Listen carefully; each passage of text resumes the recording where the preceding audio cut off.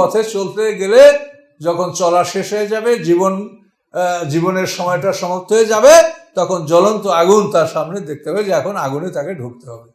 শয়তানের রাস্তা হলো এটাই। সিরাতাল মুস্তাকিমের রাস্তা সমাপ্ত হলে জান্নাত, আর সিরাতাল দল্লির রাস্তা সমাপ্ত হলে তার সামনে জাহান্নাম।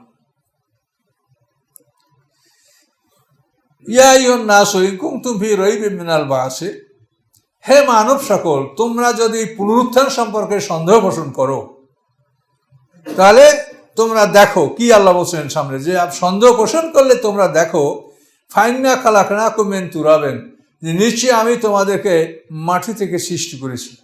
এই আদমকে আল্লাহ তাআলা সমগ্র পৃথিবীর মাটি নিয়ে এবং তার সাথে আমাদেরও মাটি নিয়ে সমস্ত মাটিগুলি একসঙ্গে ৩৪-১২০ বছর বসে তাকে নানাভাবে প্রস্তুত করে তার দ্বারা আল্লাহ আদমকে সৃষ্টি করছে। এইটা আল্লাহ বলছে ইন্না খালাকনাকুম।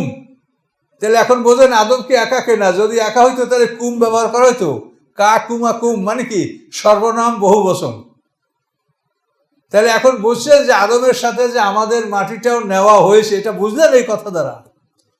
কোরআন কিন্তু এগুলো খুব কঠিন জিনিস, যে কোরআনে এমন জিনিস আছে আমরা মনে হয় 10 বার 20 বার কোরআন পড়ে আমরা নিজেরাও এটা বুঝতে পারছি না।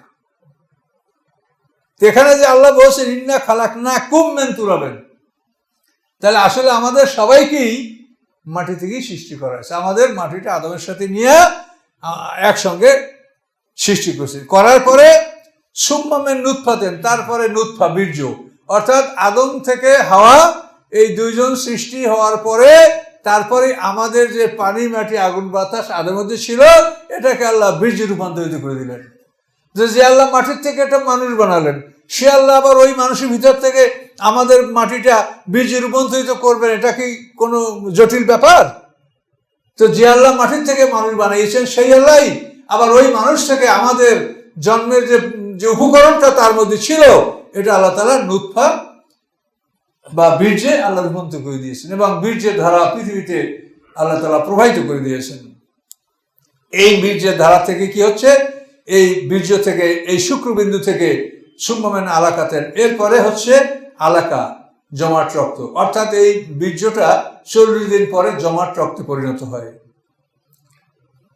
নারী পুরুষের সম্মিলিত বীর্য, এটা 40 দিন পরে জমাট রক্তে পরিণত হয়। আলাকা মানে লেগে থাকা বস্তু, কিন্তু এইখানে আলাকা অর্থ মানে জমাট রক্ত। এইটা কিন্তু অনেকে না বোঝার কারণে উল্টা পাল্টা লেগে